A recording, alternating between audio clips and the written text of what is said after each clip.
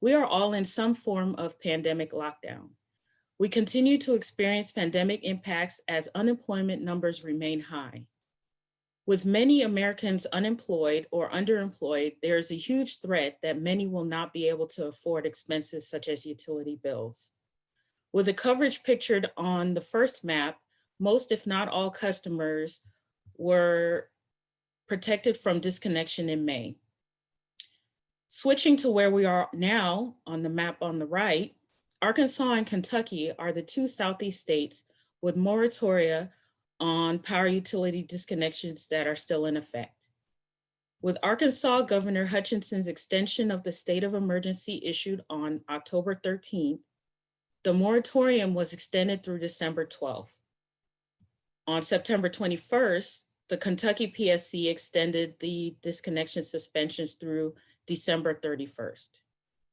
In addition, some Southeast utilities are waiving late fees and holding off on disconnections. For example, Virginia utilities were allowed to resume disconnections on October 5th, but Dominion is allowing customers to pay back their bills over the next 12 months. What other utilities are holding off on disconnecting customers even though their states have lifted mandates? Please let us know in the chat box. Next slide, please. Legislative sessions shifted to virtual formats, and those that were postponed have all now adjourned. The last legislature to adjourn was Mississippi on October 10th. 2021 legislative session dates are provided in the appendix of this slide deck. The earliest sessions will be beginning January 12th. If you are able to join us for our webinar in May, we updated you on what legislation was passed and what has stalled. Since then, many legislatures have resumed and completed their legislative sessions. Here are some updates on topics of interest. There is still no movement on the Georgia proposal to create a demand-side management study committee, or on the South Carolina proposal to create a committee to study the sale of state-owned Santee Cooper.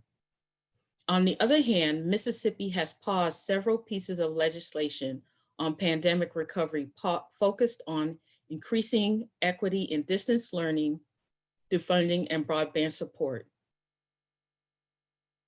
Also on the right for things that have passed, in September, South Carolina Governor McMaster signed legislation to create the Electricity Market Reform Measure Study Committee to explore the feasibility of the state establishing or joining a regional transmission authority. The committee will be comprised of utility representatives, customers, and industry and advocacy groups, and will also study the feasibility of enabling retail electric choice and achieving emissions-free electricity generation. Now on to elections and appointments. There are several changes to public service commissions across the region that we would like to highlight. In Alabama, Twinkle Kavanaugh is up for re-election as president of the 3-member commission and is being challenged by Democrat Laura Casey. In Georgia, both districts 1 and 4 are up for election. Incumbents Jason Shaw and Bubba McDonald are challenged by Robert Bryant and Daniel Blackman, respectively. Voters in Alabama and Georgia will select their commissioners in the November 3rd general elections. In Florida, in August, Governor DeSantis appointed state legislator Michael LaRosa to replace Donald Pullman on the commission, with a term starting January 1st.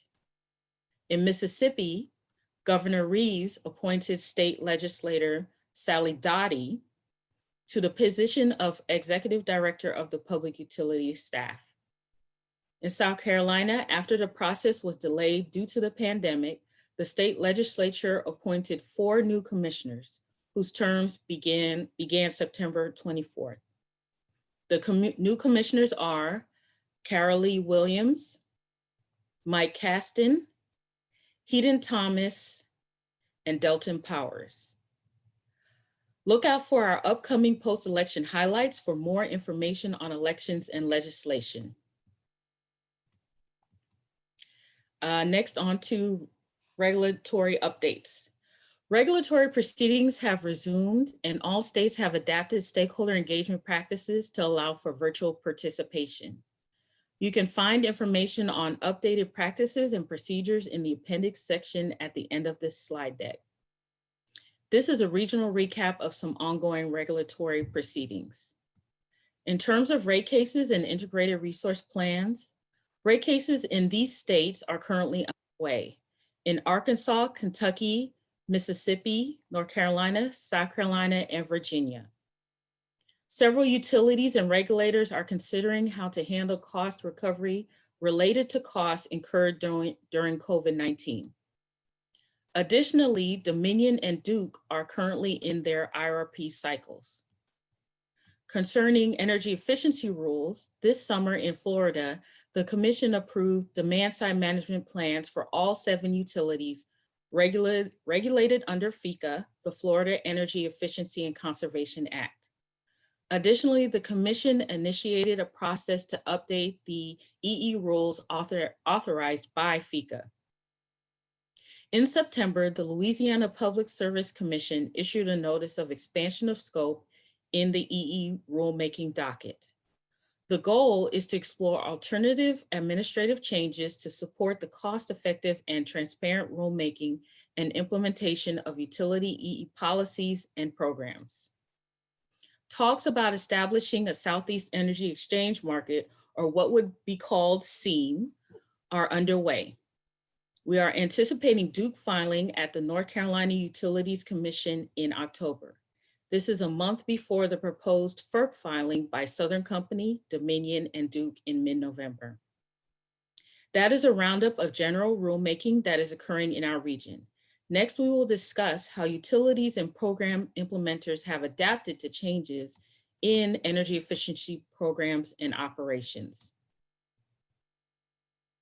Working with utility representatives and implementers of energy efficiency programs, SEIA has been collecting information on how these programs have been impacted during this time. We projected that certain programs were paused or adapted, but wanted to understand how utilities in our region are modifying program offerings. Through several conversations, we found 2 general stages: short-term program suspensions or alterations, and long-term program adaptations that are likely to stick after the pandemic winds down. Many in-home energy audits have been paused, but some utilities have resumed audits with virtual tools. Many utilities are shifting their focus to deliver home EE kits and to improve their online marketplace offerings. For some, empty buildings provide an opportunity to shift workers from performing in-home inspections and installations to vacant offices and schools. Next slide, please.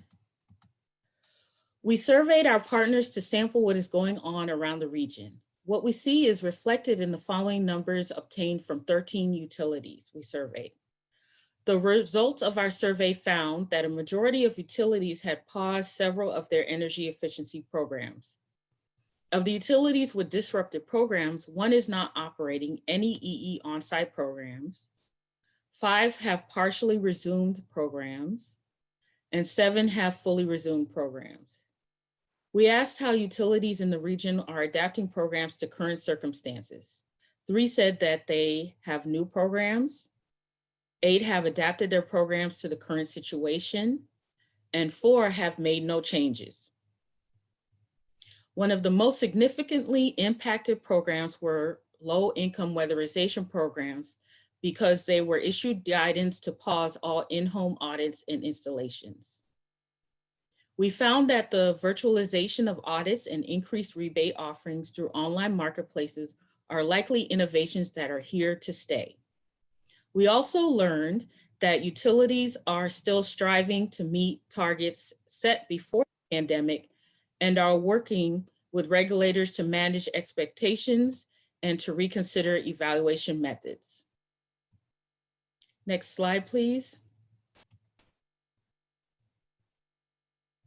Workers in the field are continually adjusting as they respond to updated public health guidance. Our partners are requiring all on-site employees to wear face masks, as it has proven to be the most effective measure of preventing the spread of COVID-19.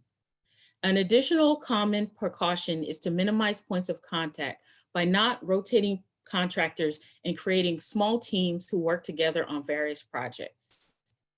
You can find much more information on safety precautions from our partner, Building Performance Association, at building-performance.org, link presentation that we will provide at the end.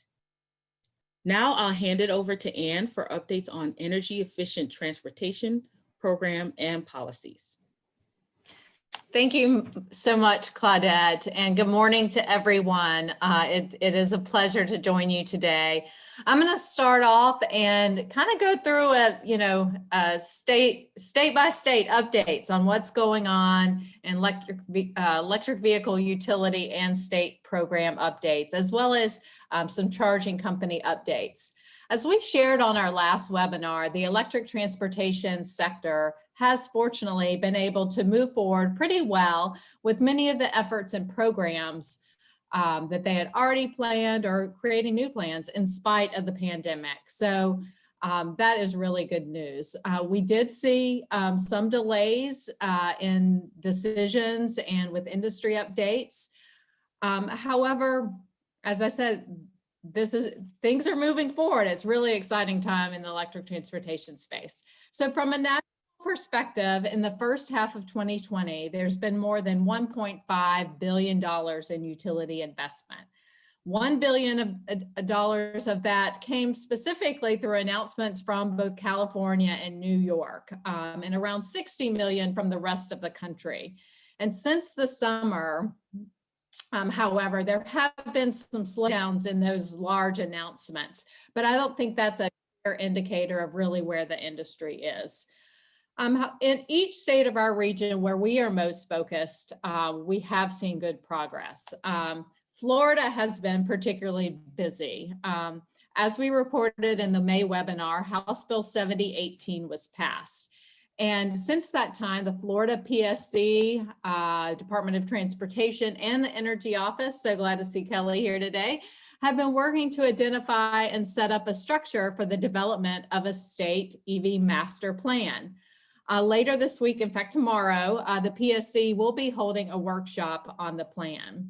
The Energy Office also is in the final stages of development of a state EV charging infrastructure roadmap, and the latest draft of that is currently open for public comment. If you want information on that, please feel free to reach out to us directly afterwards.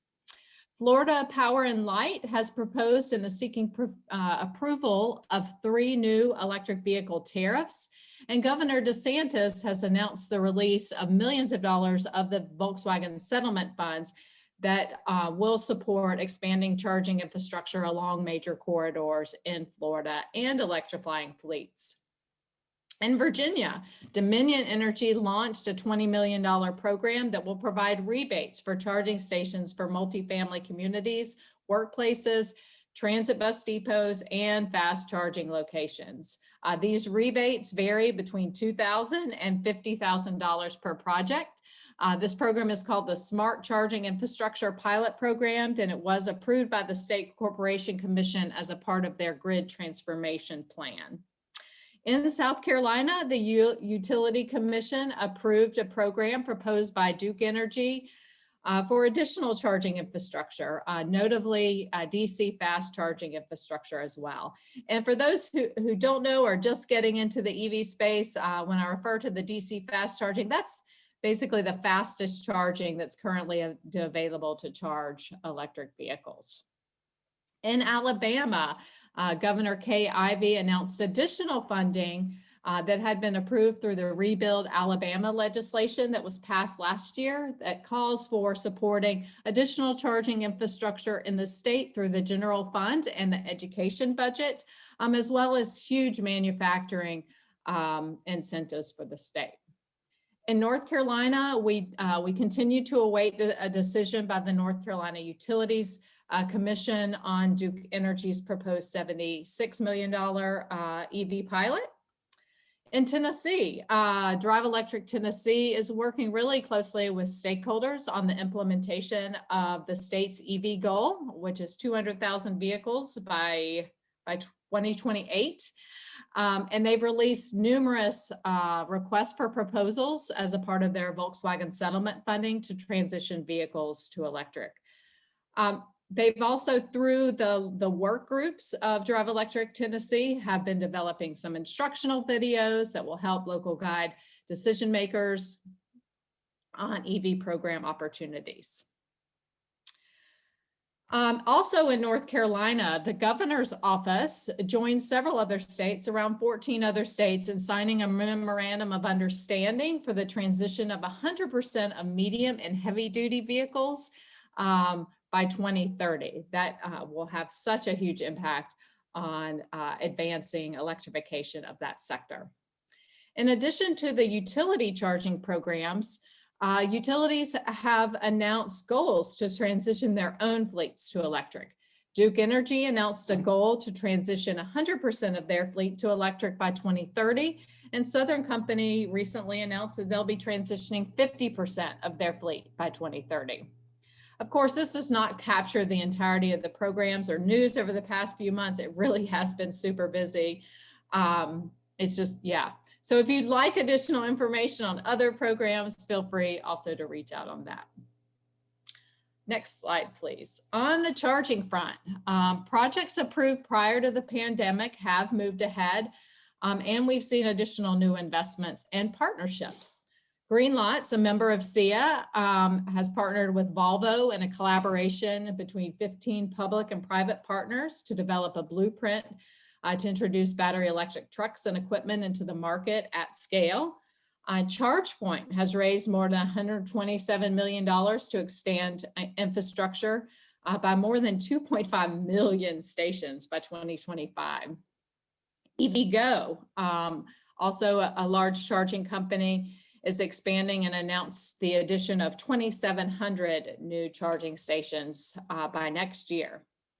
In Georgia, Georgia Power, along with Pivot Atlanta, which is part of the Cox Automotive Mobility family, they opened the largest DC fast charging installation in the Southeast, just south of Atlanta on Metropolitan Parkway. In addition to Duke's program in South Carolina that was approved, the state announced a new Plug-in South Carolina program that will help standardize EV signage to help drivers find charging stations. And of course, Electrify America, which was set up as a part of Dieselgate, Volkswagen's program. They've opened numerous charging depots all over the region over the last several months. Next slide, please. Also, we are pleased to share that regionally, a new Southeast EV partnership has been set up. This is being led by folks at Georgia Tech and the Nicholas Institute at Duke. This initiative brings together multiple stakeholders to share best practices and coordinate in support of the expansion of electric transportation in the region.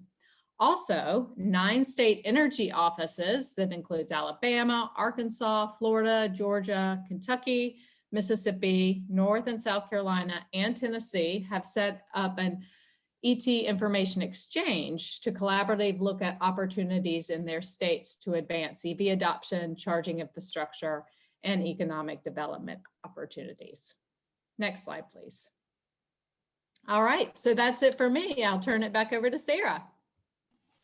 Thank you so much, Anne. And we are ready for our first poll question. We wanted to kind of get an idea of how you guys were operating, working 8 months in. We know that things have probably changed since we last chatted in May. So our first poll this morning is going to be, what's keeping you from business as usual, sorry. And I'm going to launch right now. The options are that we set out are public health measures and restrictions, internal organizational policy, i.e. health and safety measures, reduced consumer demand, or maybe you're operating at normal business levels, and then other. You can add comments in the chat box, and you can choose any that apply here.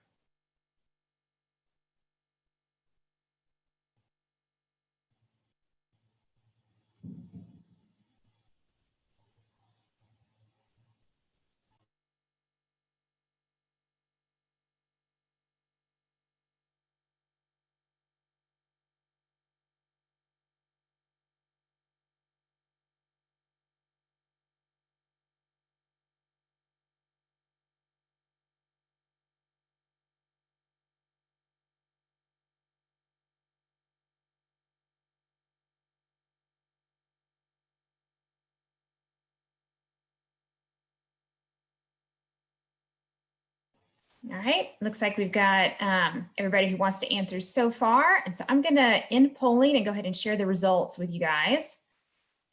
Looks like of those who answered, public health measures and restrictions seem to be the top reason to keep us from business as usual, which I think probably makes sense for most of us. And then followed by a lot of y'all working at normal business levels.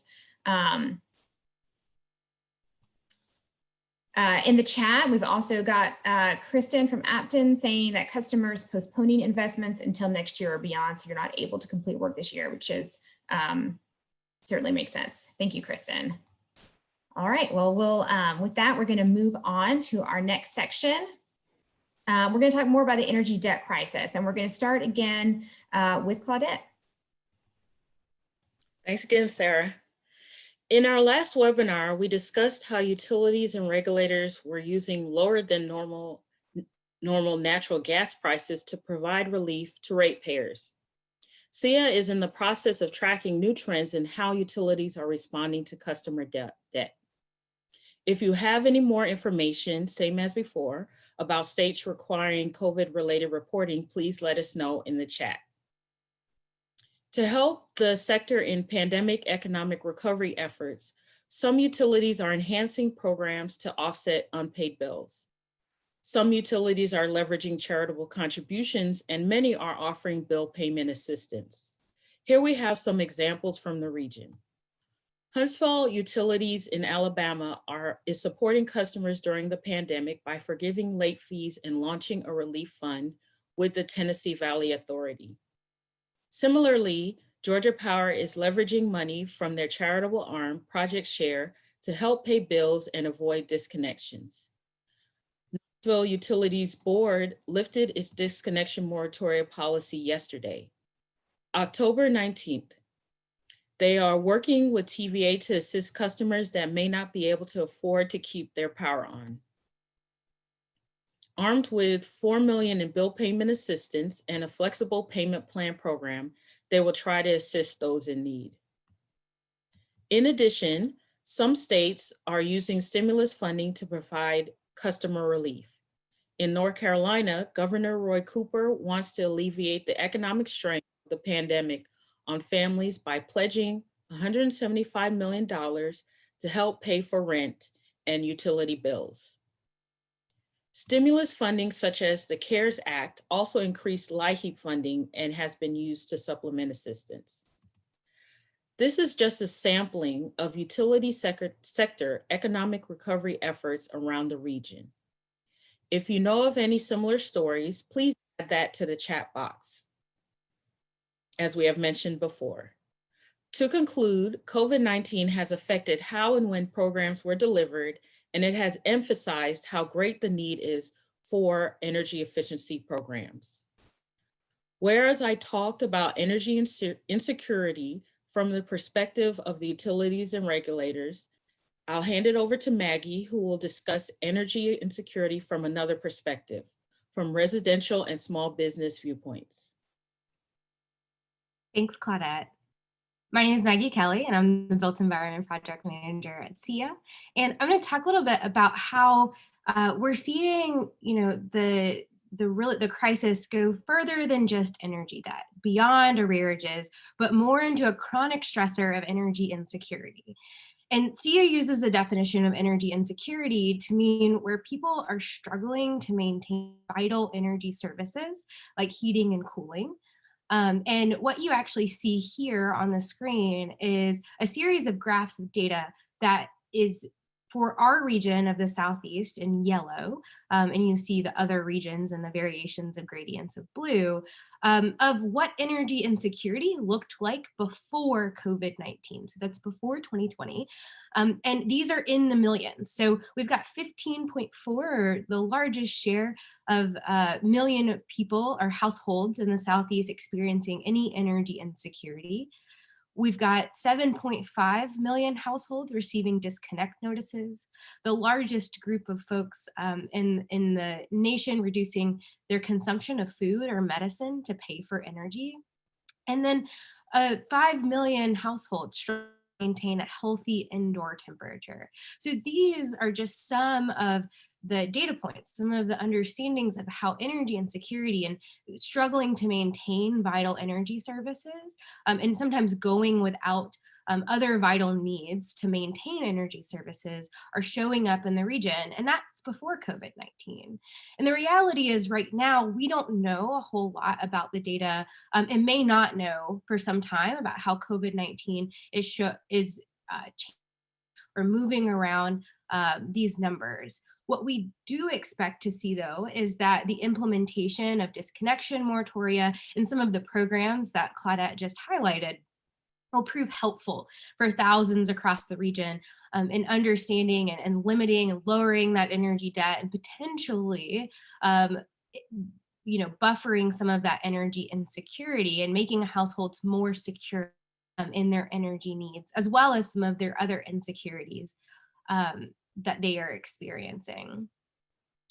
But as many of those disconnection moratoria have ended, or some programs are coming to a close, we're recognizing that there are households that are within the gap, that are not having support with energy debt or ongoing energy insecurity in our region, and are not currently getting the support that they need.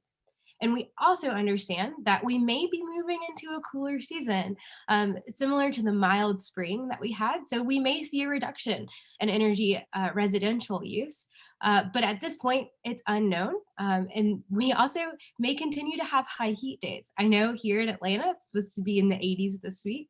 So we may not have quite a mild fall the way that we had a mild spring. Of course, then it is unknown. I think it is really critical to think about as whatever weather comes our way this fall and winter, to be prepared to support our customer populations who are being made vulnerable by the pandemic and may have little to no relief or support. So Sarah, if you'll change the slide for me. As we are collecting and analyzing the data that's on the ground, as we're thinking about the programs that are being implemented by states, by utilities, and other decision-making bodies, we're asking ourselves some questions here at SEIA, encouraging our partners and all of those who are joining us today to think about these three bigger questions in the work that you're doing and in the strategies that you're setting. So what have we learned from effective programs and policies during the moratoria or during the last 7 months to increase energy efficiency in residences? So with the programs and policies that we've used, how can we really understand how to now input energy efficiency in those places? And if we had policies and programs in place to help struggling households during this time that had energy efficiency involved, we upgrade those and make energy efficiency more prevalent. Secondarily, what are the barriers to the long-term implementation of programs and policies that we saw in the temporary programs in the last 7 months? So those more on shutoffs or bill payment programs or whatever it may be that a state, municipality, or utility we're using, what is stopping or holding us back from doing those long term, and look at those barriers and understand how we may be able to move around them or help each other over them. And lastly, how can we keep the residents that are struggling with energy debt in the loop, engaged in participating in energy efficiency programs? Now that we have and probably have more customers or more residences that are enrolled and struggling with energy debt, struggling to pay bills, and we are expecting and looking at that expand as we reach potentially a colder season this winter, how can we make sure that they're engaged in our energy efficiency programs that we're already offering? And so these questions are at the forefront of our minds, and we hope that you'll add them to your lists as well. Shifting to the commercial and industrial conversation, it's really important to think about small business and commercial business impacts, because we know energy debt doesn't exist just for households throughout our region. We know that many commercial spaces are operating fully, as most of the COVID-19 pandemic restrictions have shifted in the Southeast. Businesses that operate in commercial space with employees who are able to work from home are still operating. So those buildings didn't just completely go offline. A lot of them are operating in what many building operators consider weekend mode most of the time. Though there are some firms and some organizations that have returned to the office with safety protocols and maybe even alternating schedule, offering similar energy usage to years previously. However, what we don't know is how small business and commercial businesses are keeping up with their energy bills. So what we do know is that roughly 1 in 5 small businesses have closed in the last 7 months, which means 4 out of 5 are still with us and still hanging strong.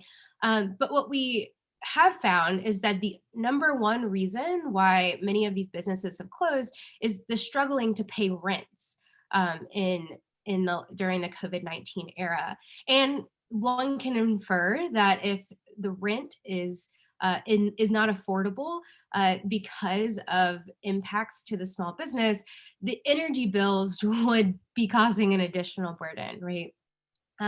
And while we do understand and we do know that many small businesses and most businesses throughout the nation have been able to secure the Paycheck Protection Program or PPP loans, many of those loans and that support and those benefits have gone to solely support payroll. So they've gone to keep the economic recovery and development going by putting dollars in employees' pockets, though those dollars then don't go to rent, energy bills, or other overhead costs that may be involved in running your smaller commercial business.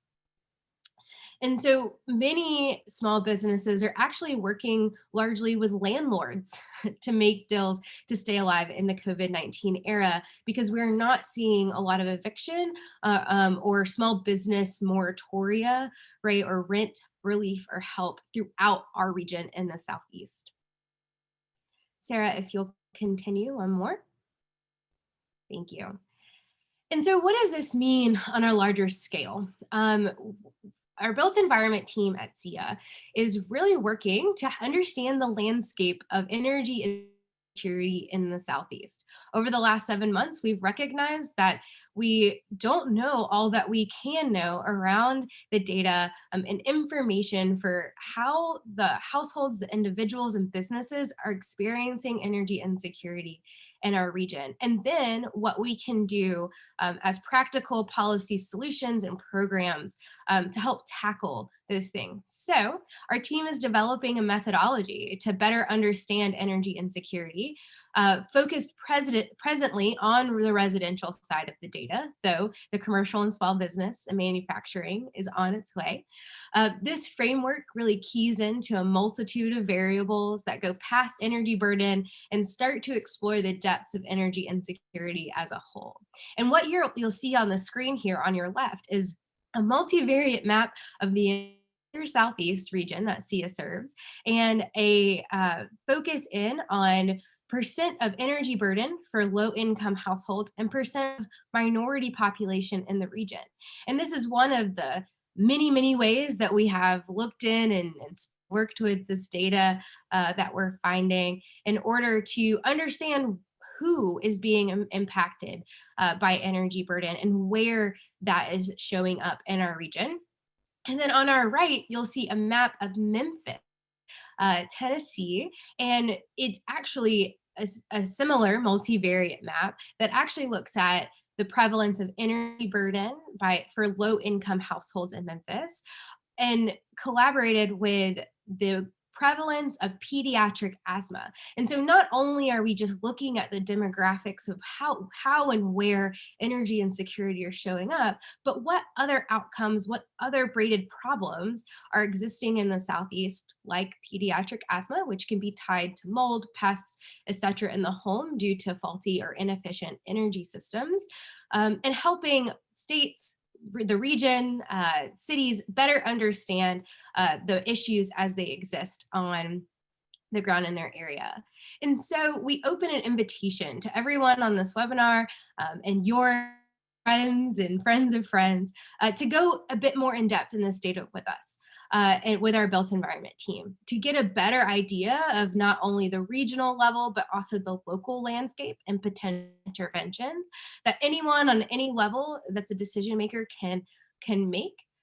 We are exploring how understanding energy insecurity has an impact on the populations that we serve and how energy efficiency can be an effective tool in tackling those issues of energy debt, energy burden, and energy insecurity as a whole. So if you're interested in seeing more of the methodology, more of the data, more of all of it all together, please reach out and let us know.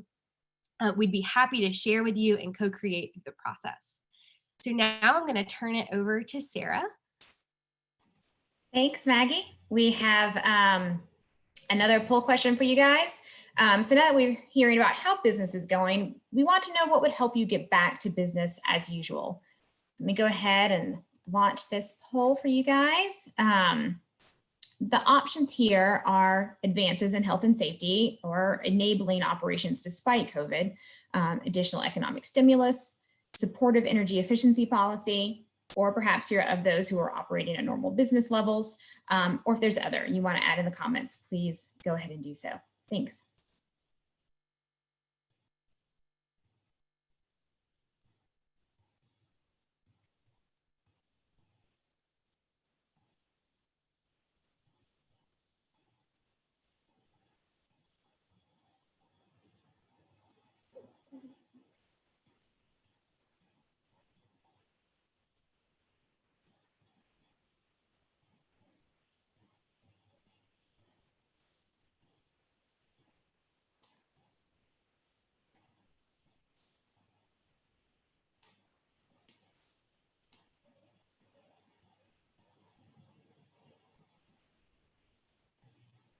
All right, it looks like most of you guys have voted. So I'm gonna share our results now. And it looks like overwhelmingly advances in health and safety. So enabling operations despite the pandemic would be our top choice.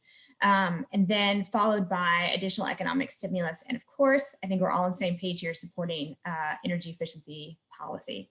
So I'll close this and then we're gonna get going with our next section.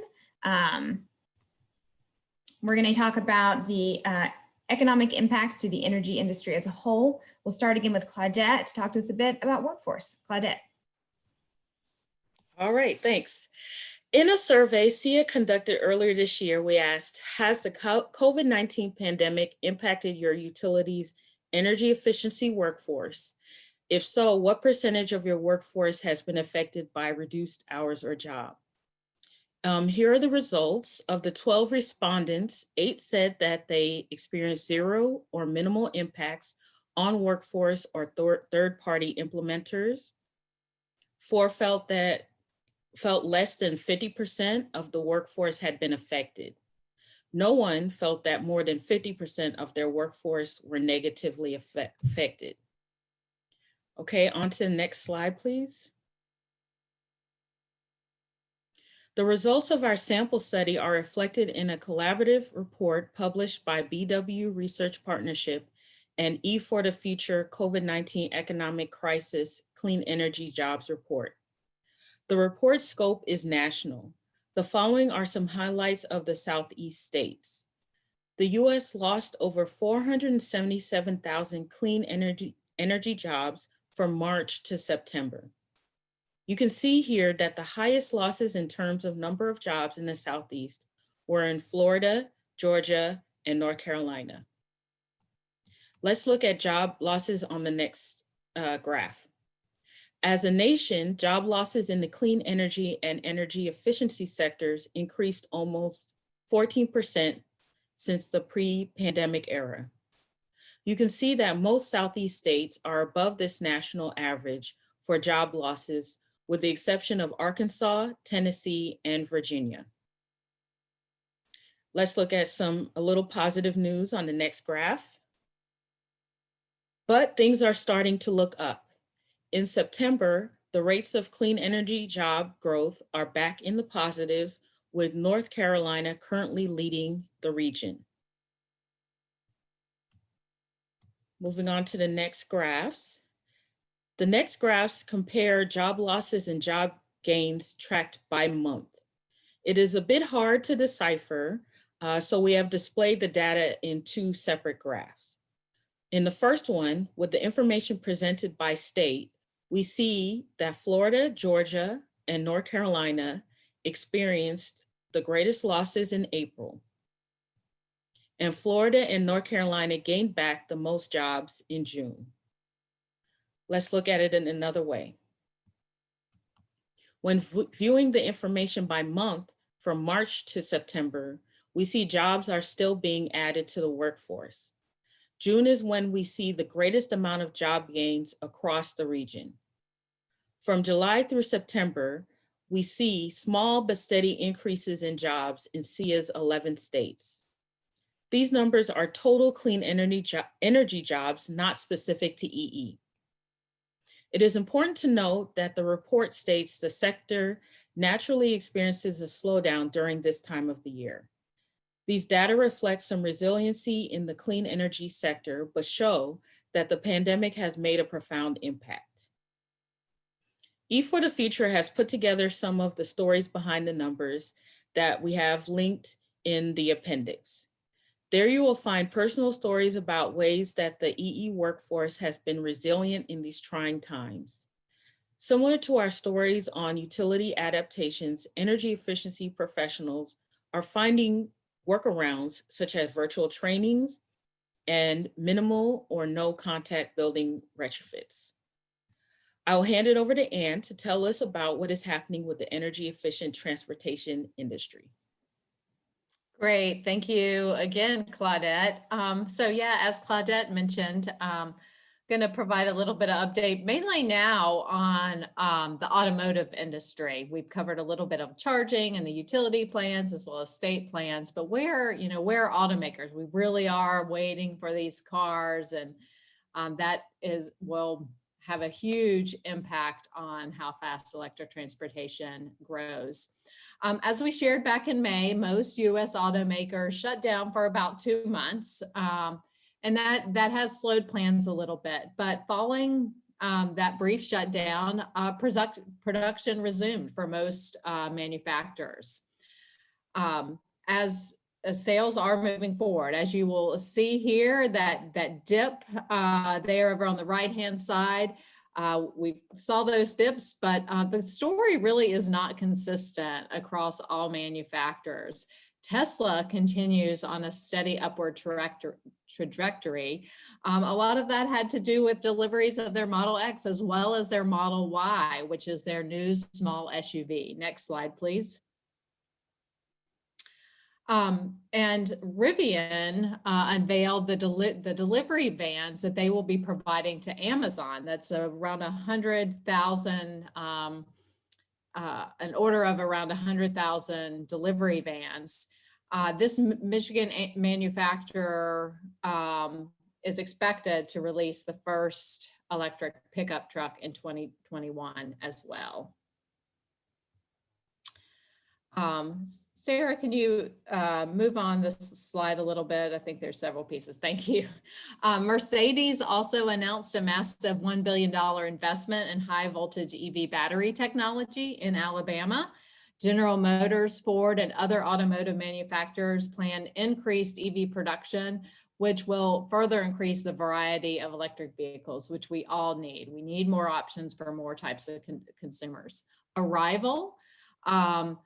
They are a company that's primarily made delivery vans and trucks. They announced a $43 million investment to build a micro facility in Rock Hill, South Carolina. And then SK Innovation, a battery company that built its first facility in Commerce, Georgia, announced another facility that they will be building in Georgia as well, which will add thousands of jobs in that sector. Next slide, please. Forecast still looking up, as you can see here. According to Bloomberg New Energy Finance, battery electric vehicle sales are forecast to be 1.7 million by the end of this year and increase to 8.5 million in 2025, 26 million in 2030, as well as 54 million by 2040. Also, nationally, California Governor Newsom announced a ban on the sale of gas vehicles by 2035. While that's not in the Southeast, this will have industry-wide impacts in terms of bringing more EVs into the market. Next slide, please.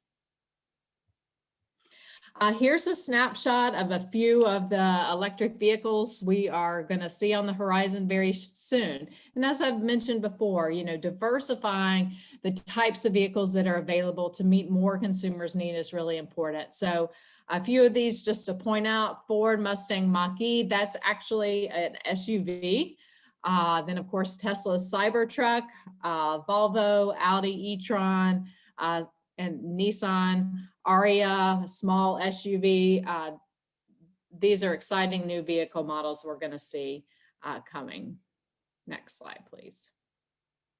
And then I wanted to share, there's a few key reports that actually have been released over the past month.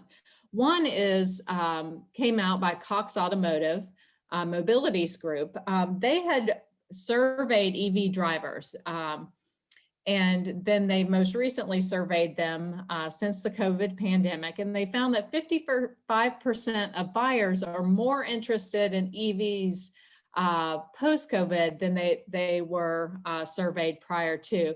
And there's a lot of things that go into, why that is. It's, learning more about vehicles, Tesla's continued improvement in the industry.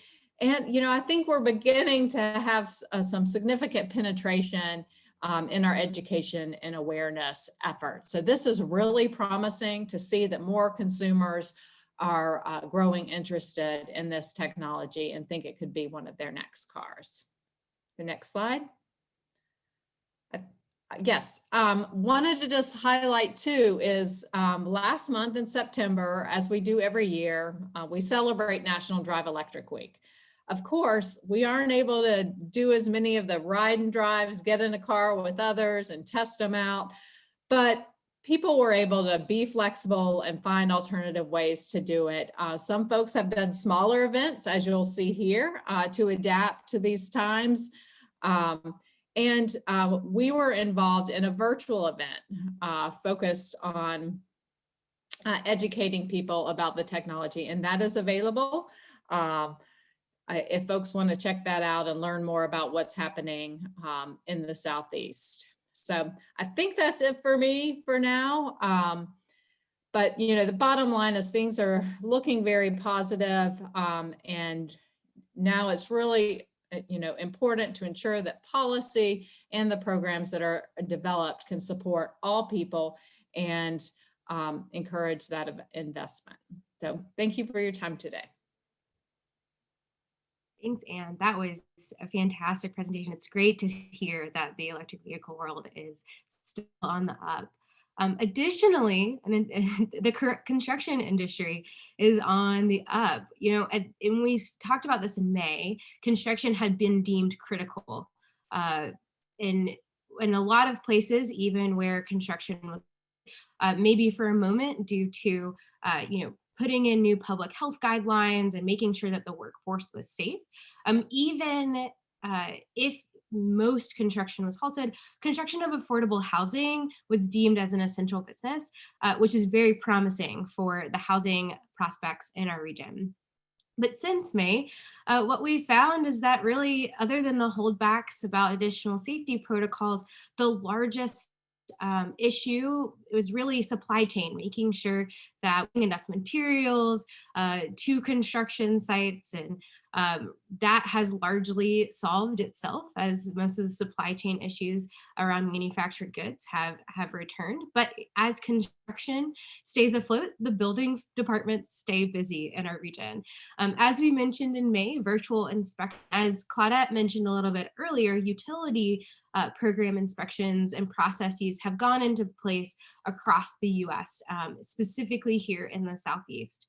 And virtual processes look different from building department to building department, but what we do know is that on the large scale, they're going well.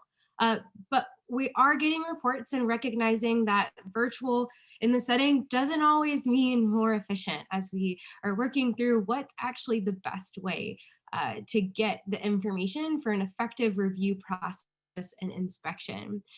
What we have been hearing on the ground is that inspections are taking up to twice as long, depending on who's on the other side of the technology, right?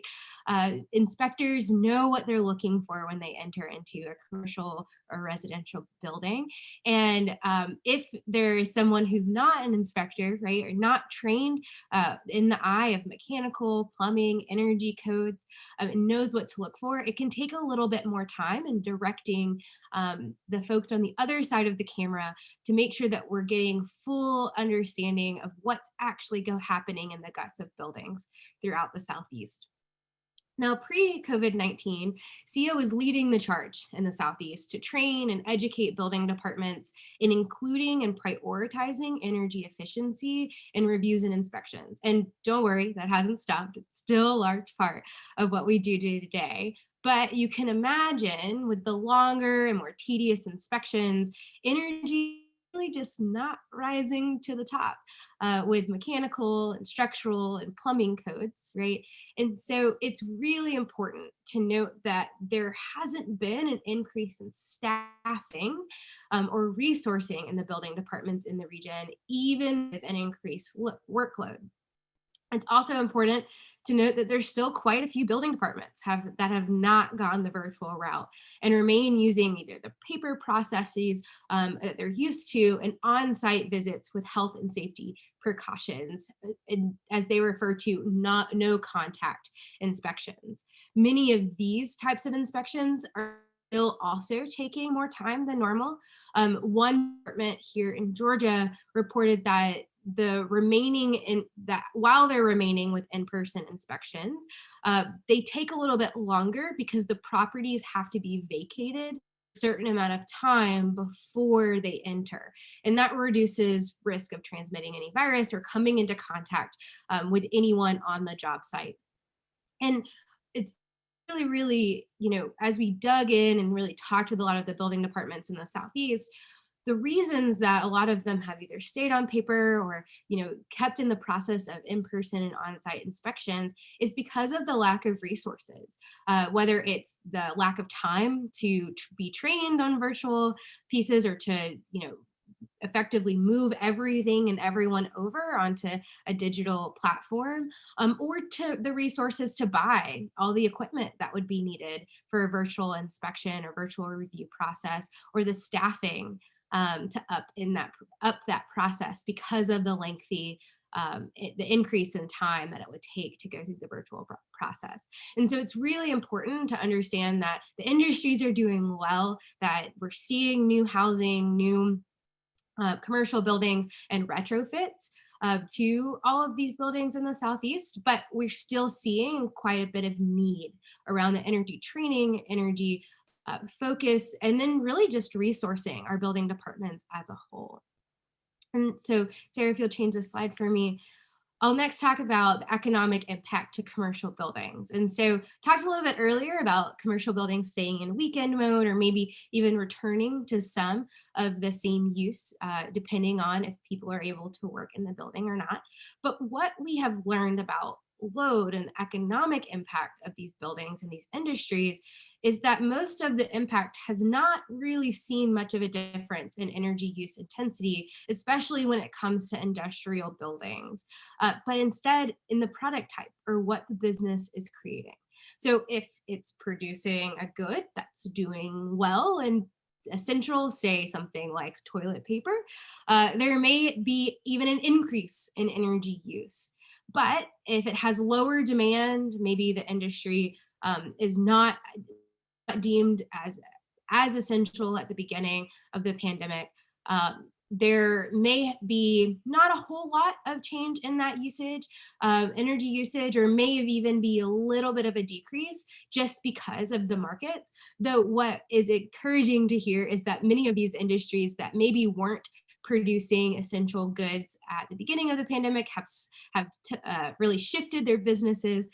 We're seeing hand sanitizer coming from businesses that maybe never produced something like that before. And so we're seeing really these industrial facilities still using a good amount of energy, kind of year over year, about the same.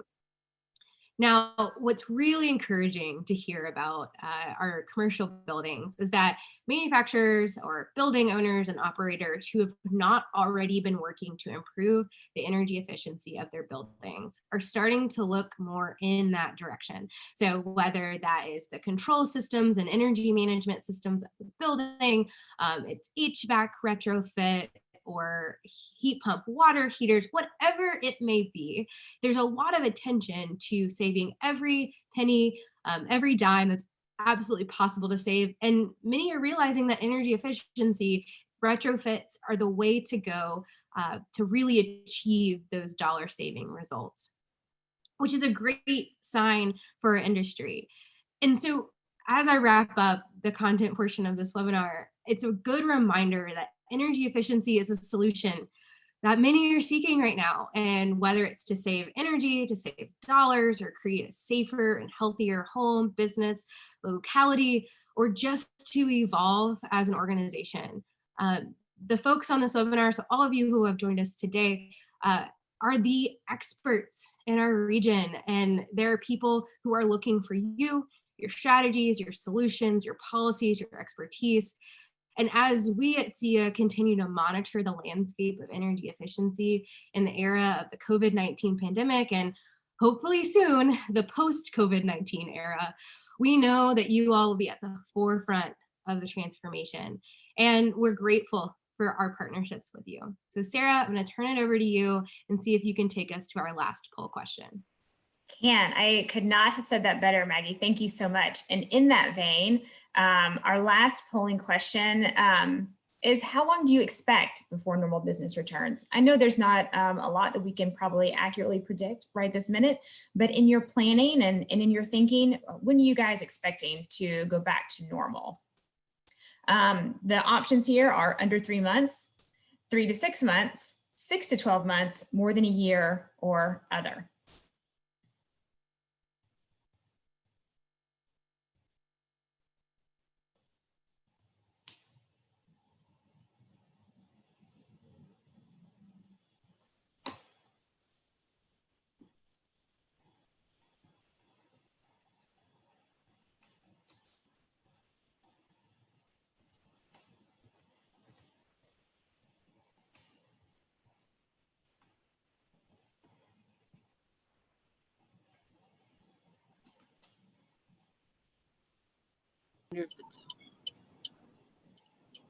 All right, it looks like most of us have answered the question.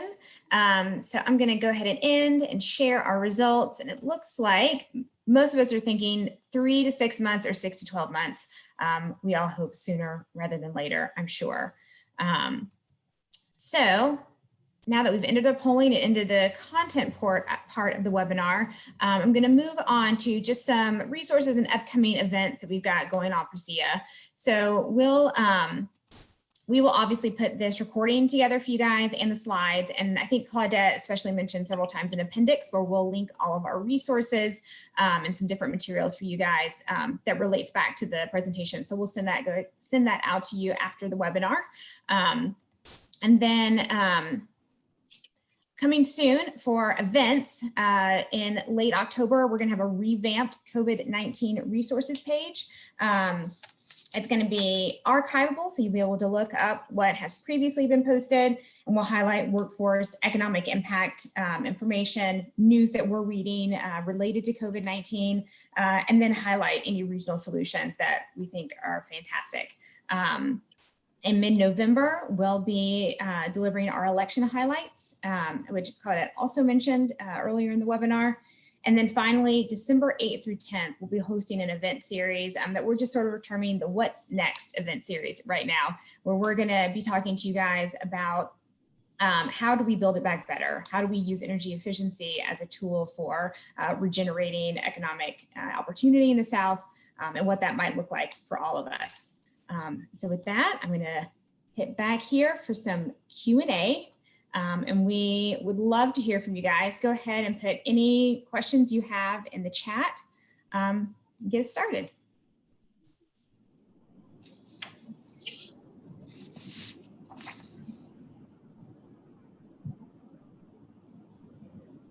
I'm going to go ahead and ask a question of my own to kick us off. And I was also really excited to hear about how well the EV market is doing. But I wanted to know what, if any, are the barriers to this possible growth? Well, that's a great question. And I think there are a number of factors. We really need to be growing the number of vehicles while also growing charging infrastructure, and the dependability of charging infrastructure is key to building consumer and driver confidence. And so what we really need is to see an embrace by utility commissions and state leaders to support productive policy that will increase vehicle adoption. So whether that's through, incentives, rebates, and that sort of thing. And also and also the commission supporting charging infrastructure by utilities. I think that's really important to ensuring the success of this industry. And then also preventing bad policy. As we've seen over the years, some very punitive, for example, electric vehicle fees.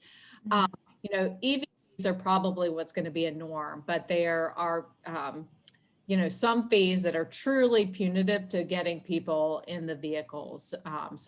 That's fees that are $150 and higher. One of the innovative things that Alabama did, although I do think their fee is a bit on the high side, but they are directing a portion of that funding to charging infrastructure. And I think those sorts of policies are good to support the industry more in the long term. So supporting positive policy and ensuring we don't get bad policy passed. Perfect. Thank you so much. All right, I have a question for Maggie. Are y'all seeing any conversation around trying to improve health outcomes related to buildings? Yeah, no, we are, and we're seeing those conversations not just come from the ground and folks who are involved in energy efficiency, but also from departments of public health and public health advocates, and the same way that we advocate for energy efficiency, they're starting to understand that energy efficiency and embrace that we are a part of the solution set in the health conversation. So much so that we're also seeing the conversation coming from funders. So whether that's private philanthropy funding or funding from the Department of Energy, the EPA, and from HUD are all had funding opportunities available now that are looking specifically at health and health outcomes tied to buildings. And so it is definitely something that's being talked about, particularly understanding how energy systems can help the health of the occupants of the buildings, because if buildings aren't for occupants, what are they for, right? And so making sure that buildings are actually helping keep people safe and healthy and not causing harm. And so that is encouraging to see, and we're hopeful that we'll see more of that, particularly in the region, and continued work, projects or policy to kind of really focus in on health. Awesome. Thank you so much for that. Claudette, we've got a question for you. What is the next step anticipated in the Louisiana energy efficiency rulemaking docket? So we expect the commission staff in Louisiana to issue the phase 2 proposed rules, and that will be on November 24th. Great, thanks so much. I've got another one for Anne. Could you speak a little more to the increased interest in EVs over the course of the pandemic? I know you addressed some of that before, but we'd love to hear some additional notes. Yeah, I think, as I mentioned before, I think, our awareness efforts, education and outreach are really starting to pay off. People, are able to spend some more time learning about the technology at home. We're also seeing, Tesla stock. And, they're kind of known as the premier, electric vehicle provider, just continue to do well. We're seeing increase in charging infrastructure and signage that's available. So, it's a really, a confluence of different factors, I think, that are all sort of converging. And then, there were a lot of investments and goals that were set pre-pandemic, and folks are able to really continue to begin the implementation of those. The pandemic has not really affected what those proposals were. So I think a lot of it's, had kind of built up, and it's just sort of, some of these things have sort of been rolling out during this time period, and not directly tied to the pandemic itself, but things have been put in motion prior to that. Yeah, absolutely. I noticed that a couple of folks are off mute. Does anybody want to ask a question as opposed to put it in chat? Just wanted to put that out there in case there were some brave folks.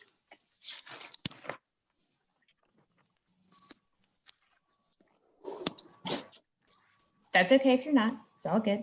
I'll ask one more question for Maggie, and then we'll move on.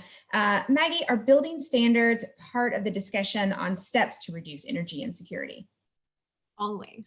So this is a large charge of the energy insecurity landscaping work that we're doing. We understand that there are going to be multiple solution sets that can be employed by states, utilities, organizations such as ourselves and others to tackle energy insecurity. And we know that the better the energy code, the less an energy bill will be in a home. But we're understanding and trying to make sure that the existing building code or renovations or weatherization, those building standards help increase the energy efficiency of the home and therefore lower energy bills, and hopefully has a positive impact on reducing energy insecurity as well. So yes, building standards are always a part of the conversation about reducing that energy insecurity, but even more so now. We are closing most of our conversations and kind of processes building code development in the Southeast. We still have a few processes open in Arkansas and in Nashville, Tennessee, as well as Alabama. But as we move forward and we see more opportunities to discuss building codes and standards, especially around energy efficiency and increasing energy efficient building standards, this will be one of the largest data sets and largest data conversations into why energy codes and upgrading our energy standards is vital to increasing not only really the economic development or the economic, space of the Southeast, but also, the health outcomes, like I showed with the Memphis map with asthma, but also some of the other variables that we're starting to look at here at SEIA. And so, as I said before, if anyone's interested in our energy and security landscape, we are happy to book some time with you and share that. Thanks so much, Maggie. I appreciate that. Thank you all again so much for being here. We did have one more quick thing to share with you guys. We always like to let you know kind of what we're doing behind the scenes at SEIA. Oops. So I'm going to share our isolation creations. I hope you guys have seen this hashtag on social media, kind of what we're all creating while at home. We have some hidden artistic talent. We've been getting outside, painting, home office upgrades, pumpkin garden helpers, and homeschooling. I'm sure you guys are all in the same boat, but wanted to share that fun tidbit with you all. Thank you again for being here. You're the reason that we do this. And we hope to talk to you soon.